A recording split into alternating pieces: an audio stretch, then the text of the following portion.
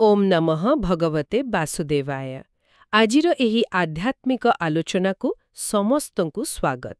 आज आमे माने महापुरुष अतिबड़ी जगन्नाथ दासंक ओडिया भागवतर गोटे बहुत महत्वपूर्ण अंशकु टिके बुझिबाकु चेष्टा करिबा। हाँ, एटा प्रथम स्कंधर नवम अध्यायर शेष भाग। बिल्कुल, जोठी भीष्म मोक्ष आउ युधिष्ठिरंकर राज्य लाभ कथा रहिछि। अत्यंत गुरुत्वपूर्ण प्रसंग।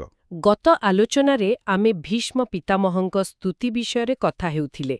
आजि देखिबा से केमिति देहत्याग कले आउ तापरे हस्तिनापुररे कोन सबु घटिला। हाँ, से परवर्ती घटनाक्रम। एही पूरा विषयर गभीरताकु भल भाबरे बुझिबा पई आमर अनुरोध आलोचनाटिकु शेष पर्यंत सुनिबे।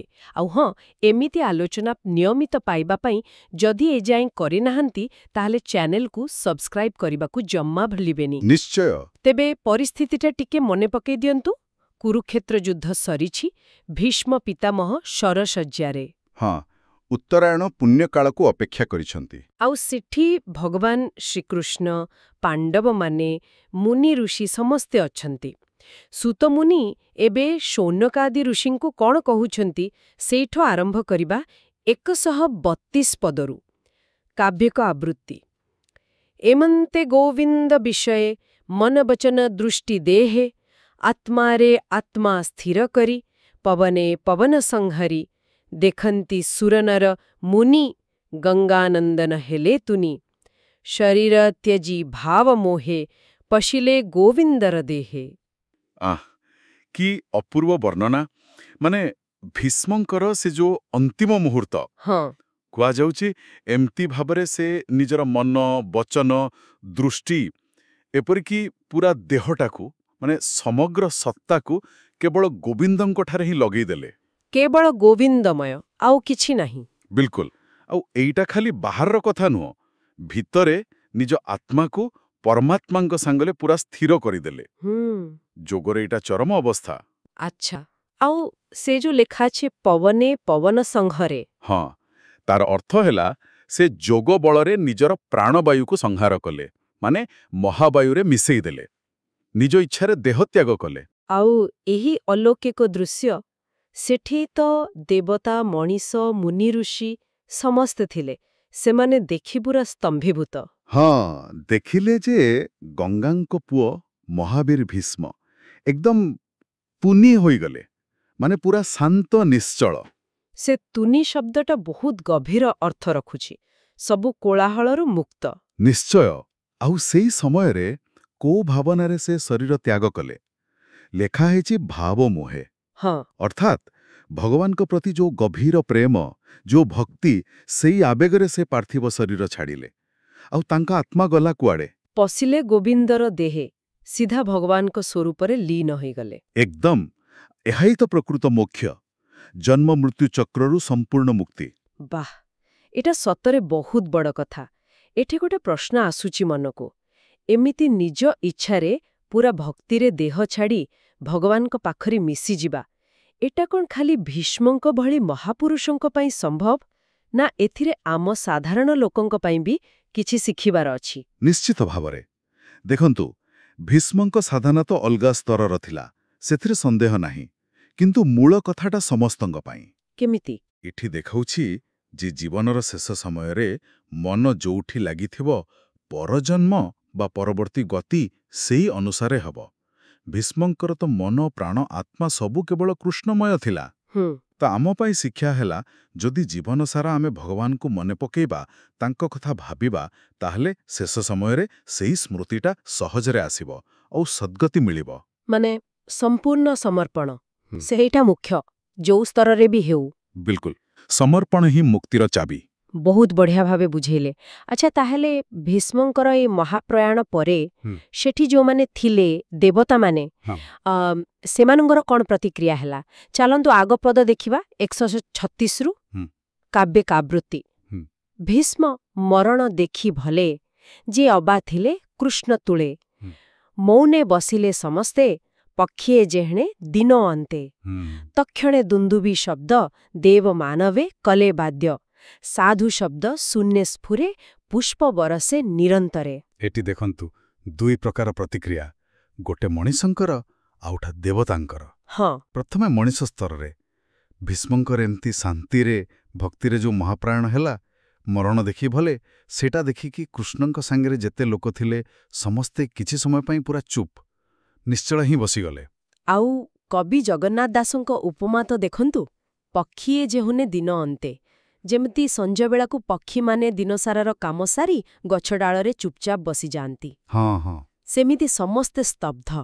ଏ ଯୋଉ ମୌନତା, ଏଥିରେ ବୋଧେ ବହୁତ ସମ୍ମାନ ଆଉ ଟିକେ ଦୁଃଖ ବି ଥିଲା। ଏକଦମ ଠିକ୍। କିନ୍ତୁ ଏ ମଣିଷଙ୍କର ନୀରବତା ବେଶୀ ସମୟ ରହିଲାନି। ତକ୍ଷଣେ, ମାନେ ଠିକ୍ ସେତିକି ବେଳେ ଦିବ୍ୟ ପ୍ରତିକ୍ରିୟା ଆସିଲା। ହଁ, ଆକାଶରୁ ଦୁନ୍ଦୁଭି ବାଜିଲା। ସେଟା ଦେବତାଙ୍କ ବାଦ୍ୟ, ଗମ୍ଭୀର ମଙ୍ଗଳଧ୍ୱନି। ଆଉ କେବଳ ଦେବତା ନୁହନ୍ତି, ମଣିଷମାନେ ବି ବଜେଇଲେ, ସେଠି ଯେଉଁ ବାଦ୍ୟକାର ଥିବେ ସମ୍ଭବତଃ। ଆଚ୍ଛା, ଆଉ ସାଧୁ ସାଧୁ ଶବ୍ଦ, ପୁଷ୍ପବୃଷ୍ଟି, ଏସବୁ କ'ଣ ଖାଲି ଭୀଷ୍ମକ ମହାନତା ପାଇଁ, ନା ଏହାର କିଛି ଗଭୀର ସଙ୍କେତ ବି ଥିଲା? ନିଶ୍ଚୟ ଥିଲା। ଦେଖନ୍ତୁ, ଏଟା ଖାଲି ଭୀଷ୍ମଙ୍କ ବ୍ୟକ୍ତିଗତ ମହାନତା ନଥିଲା। ଏଟା ଥିଲା ଧର୍ମ, ନିଷ୍ଠା ଆଉ ଭକ୍ତିର ବିଜୟର ସଙ୍କେତ। ଓହୋ।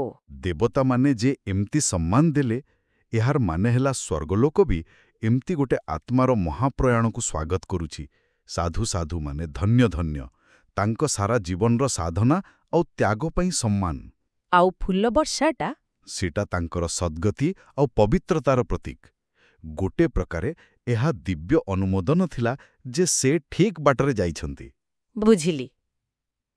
ତାହେଲେ ଏତେ ସବୁ ଦିବ୍ୟ ସମ୍ମାନ ପରେ ପାର୍ଥିବ ନିୟମ ଅନୁସାରେ କ'ଣ ହେଲା? ମାନେ ଭୀଷ୍ମଙ୍କ ଶରୀରର ଅନ୍ତିମ ସଂସ୍କାର 140 ପଦର ଦେଖିବା, କାବ୍ୟିକ ଆବୃତ୍ତି।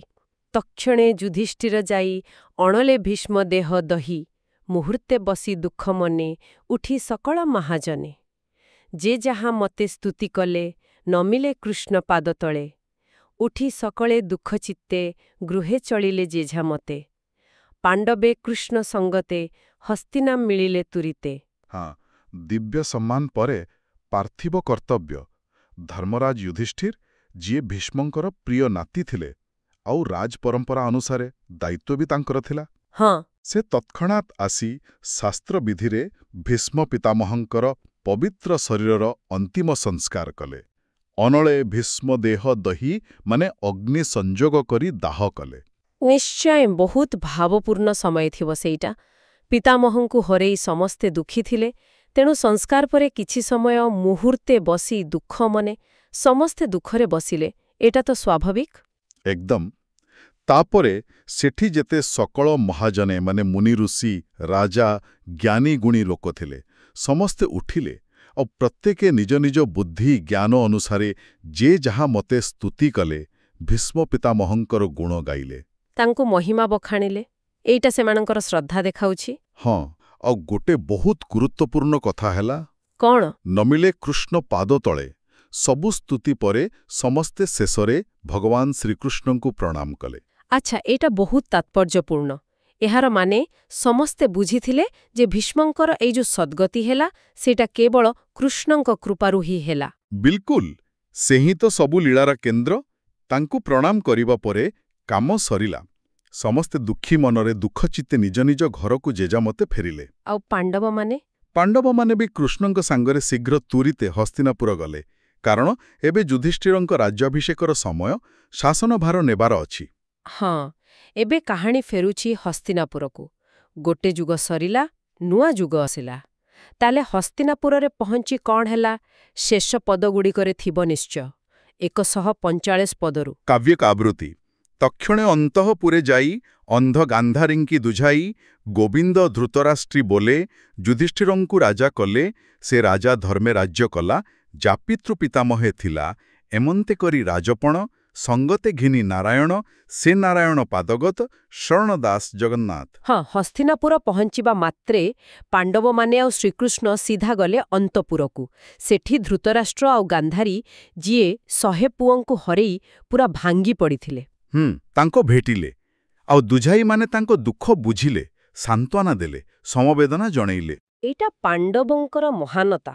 ଯୁଦ୍ଧ ଜିତିକି ବି ଯାହାଙ୍କ ପୁଅମାନଙ୍କୁ ମାରିଥିଲେ, ସେଇ ଗୁରୁଜନଙ୍କୁ ଯାଇ ପ୍ରଥମେ ସାନ୍ତ୍ୱନା ଦେବା, ଏଇଟା ତାଙ୍କ ଧର୍ମ ଆଉ ବିନୟ ଦେଖାଉଛି।